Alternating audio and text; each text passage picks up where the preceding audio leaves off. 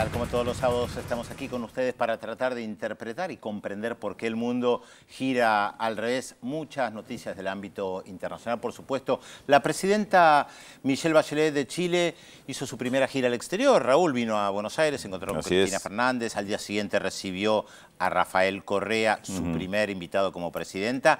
Y mucha presión sobre ella, por eso preparamos un informe especial. Mucha presión sobre ella para que no lleve adelante, tema clave, reforma tributaria. Una reforma tributaria que fue a fondo y muy al principio, ya con Cámara de Diputados aprobación, y seguramente en el Senado lo va a lograr ratificar, pero como vos decís, mucha resistencia de sectores empresarios que además están recibiendo apoyo externo. Y ya le dicen que hay que generar consenso, que cualquier medida que ella tome, aprovechando su mayoría en el Parlamento, si no eso provoca crispación y polarización, palabras textuales que están utilizando respecto a las reformas. Que tanto conocemos. Sí, parece ser que quieren tener poder de veto más de consenso. Ya vamos a hablar de este tema, del rol de estos bloques empresarios después de una economía, de un proceso de tanta concentración como el que tuvo Chile. En Uruguay también hubo muchísimas repercusiones en este caso, sobre la gira, sobre la salida al exterior del presidente Pepe Mujica, la visita a Obama y repercusiones de todo tipo. Obviamente la presencia de Mujica en Estados Unidos no pasó desapercibida prácticamente para nadie. Su particular estilo, su particular forma de manifestarse, de hacer público. Hay algunas perlas en su presentación ante la OEA, hablando del Banco Mundial y demás, que son imperdibles, pero fundamentalmente el tema interno, doméstico para Estados Unidos, fue previo al viaje, durante el viaje y sigue siendo posterior al viaje, el tema de un tratado de libre comercio de Uruguay con Estados Unidos, que algunos en Uruguay todavía siguen impulsando. Recordemos que es año electoral, ¿eh? Y es año electoral. Año electoral y estamos ya en las puertas de las primarias en Uruguay, que en junio cada uno de los partidos votan a sus candidatos a presidente para las elecciones de fin de año, y ya los candidatos se están posicionando, y el del TLC fue uno de los temas que eligieron de campaña algunos de estos candidatos, como Pedro Bordaberry del Partido Colorado. Nosotros tuvimos acá a Constanza Moreira, precandidato del Frente Amplio, a ver si viene también Tabaré Vázquez, sería interesante conversar con él sobre lo que él propone, siendo que ya fue presidente. Y sí, es un candidato firme, obviamente, a ser el candidato del Frente Amplio. Parecería ser que tiene una amplia diferencia con respecto a Constanza.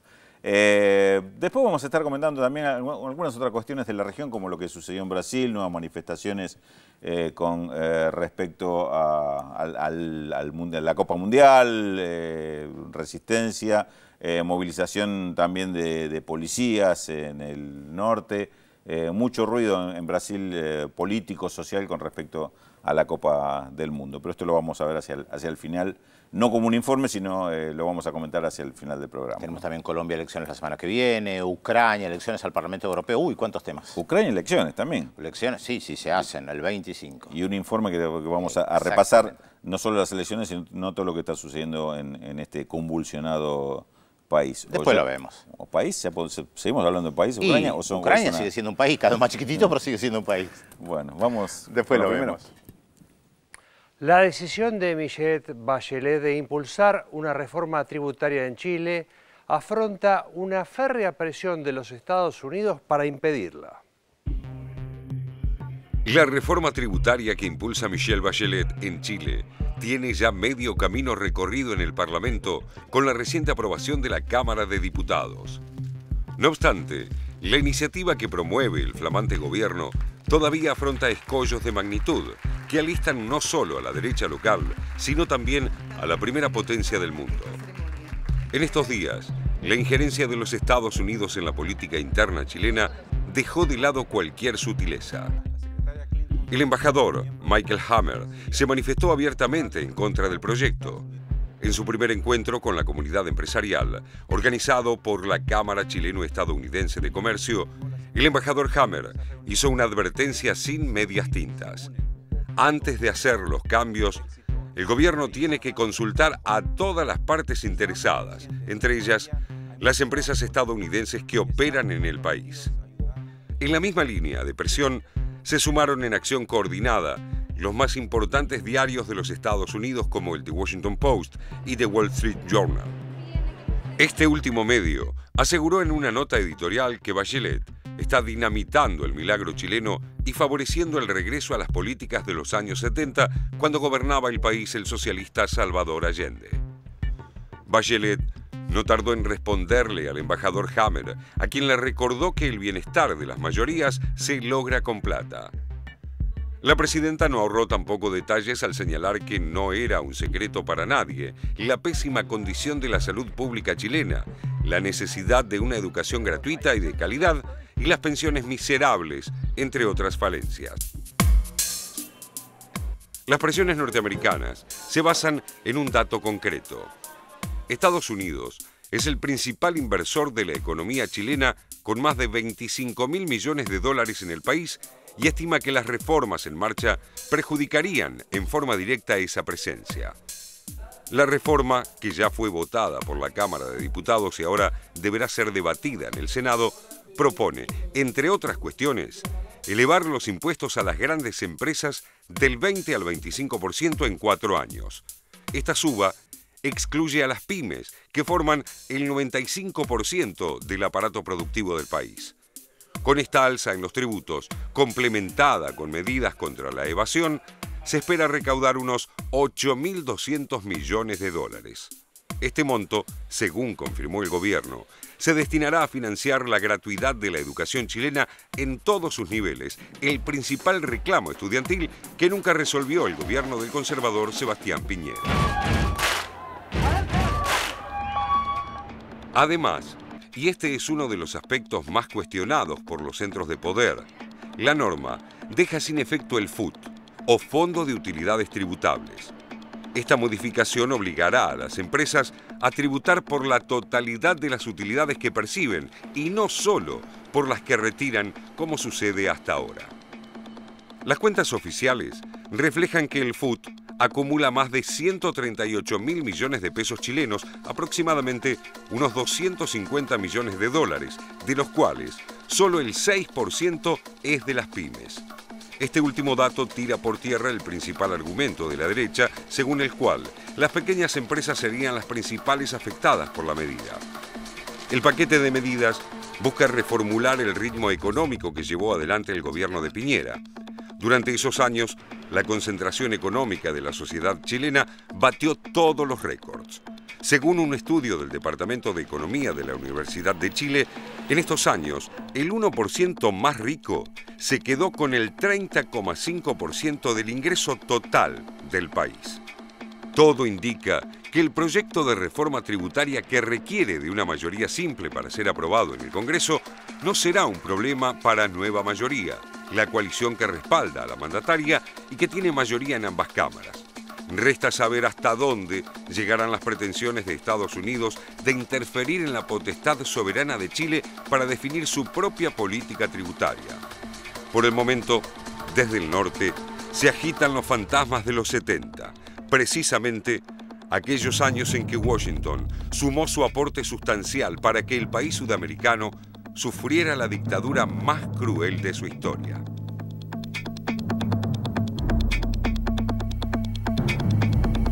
Me dice, no estás en la tele.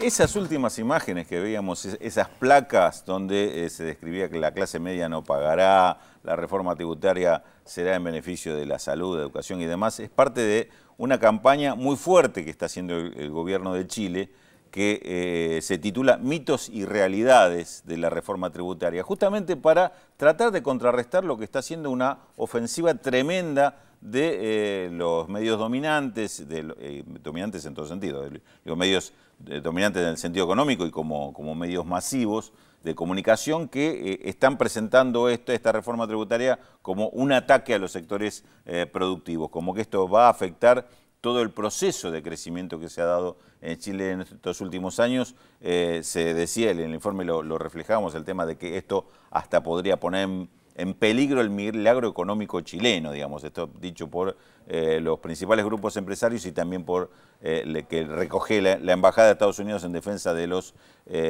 capitales estadounidenses que están en la economía chilena.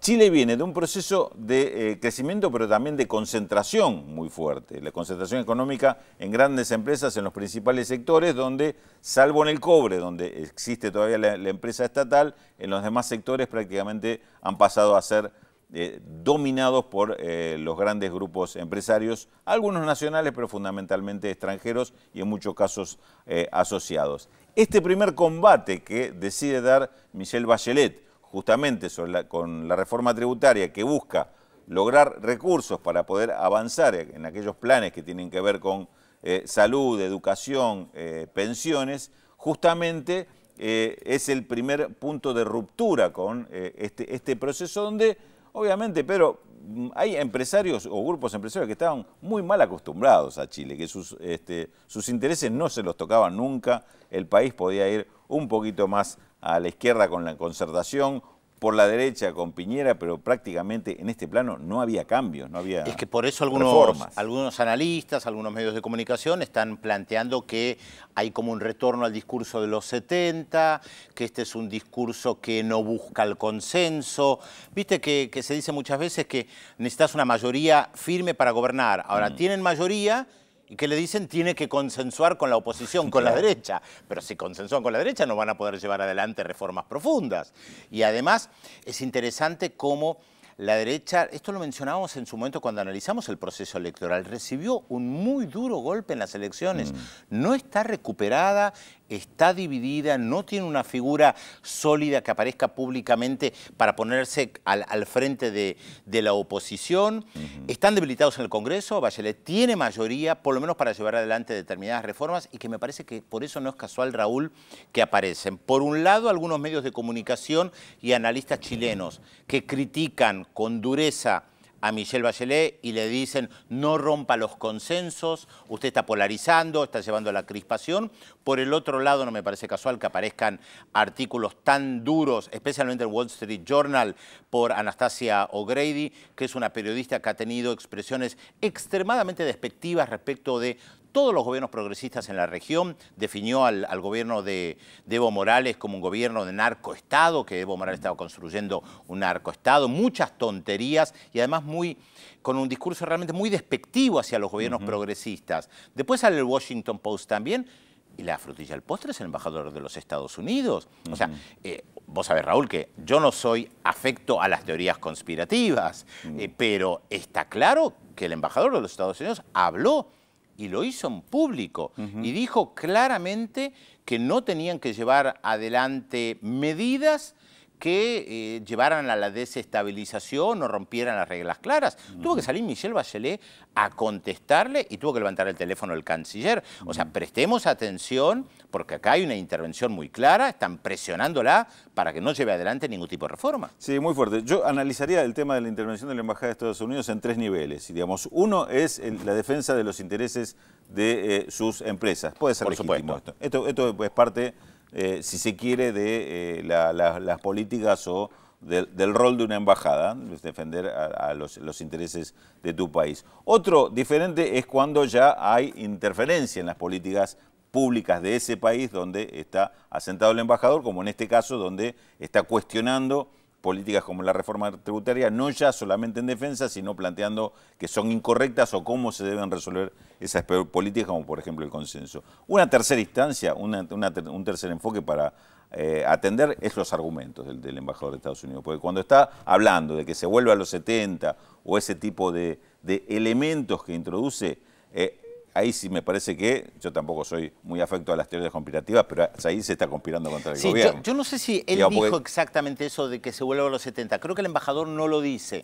pero hay un grupo mediático que sí aparece diciendo esto, y ahí me parece la debilidad también de la derecha política en el Parlamento, en lo institucional, que por eso aparecen también tan fuertes medios de comunicación internos y externos, que resaltan esto, que polariza, que crispa, que vuelve a los 70, que vuelve a las políticas frustradas de Salvador Allende, que no quiere consenso, que está mostrando su verdadera cara.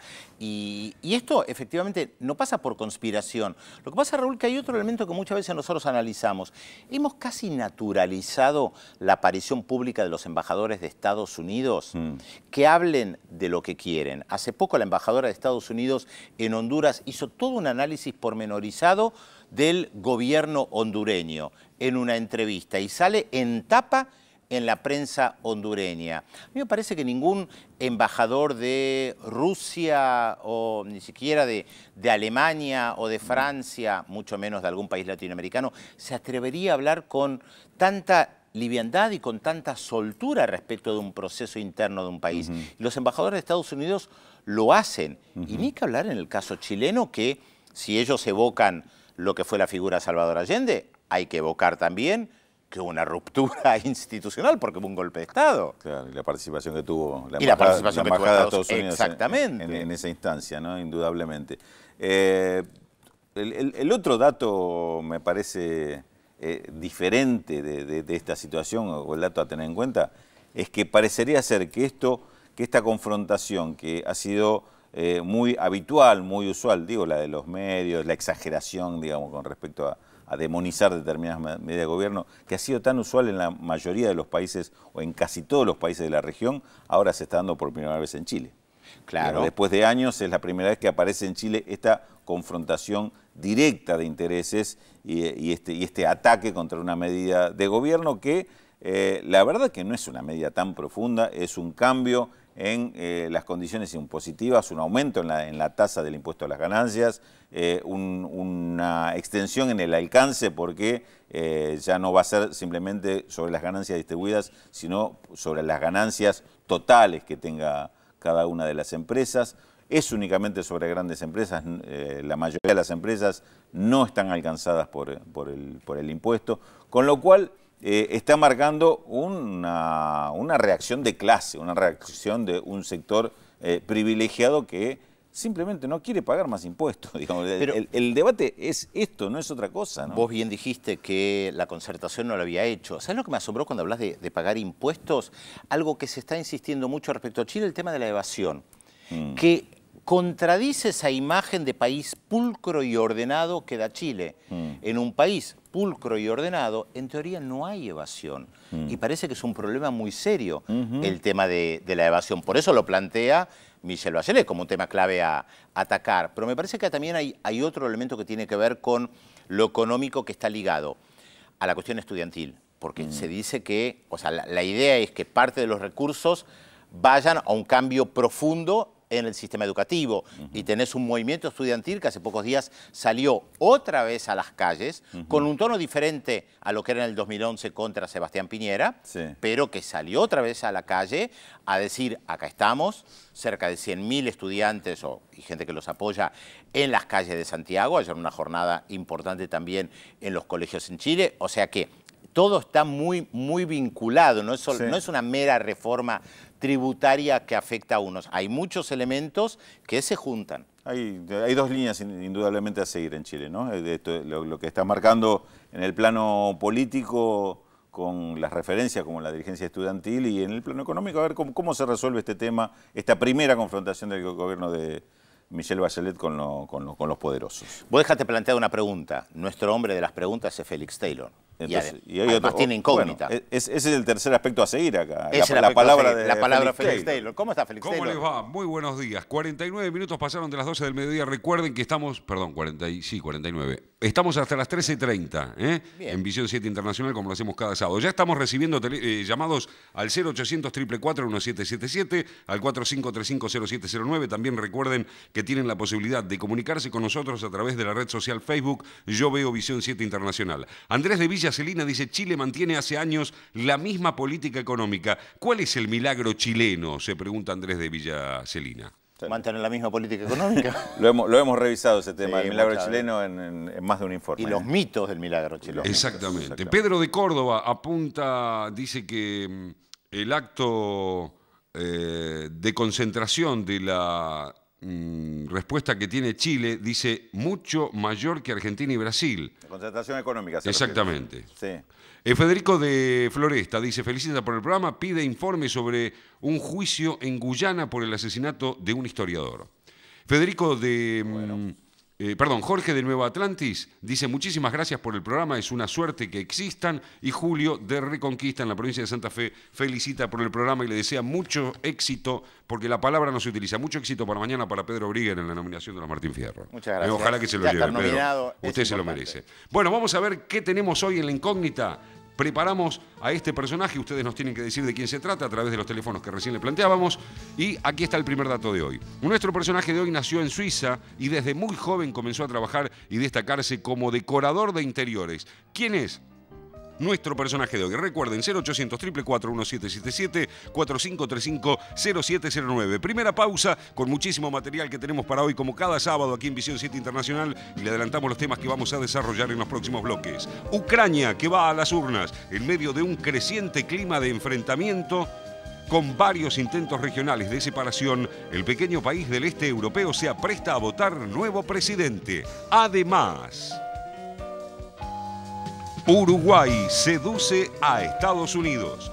La reciente visita de Mujica a Obama y la creciente relación entre ambos países no logra disipar las tensiones que permiten a los convulsionados años 70, cuando el presidente Mujica militaba en la guerrilla Tupamaros. Todo esto se lo vamos a contar luego de la pausa, como siempre, aquí en Visión 7 Internacional por la TV Pública.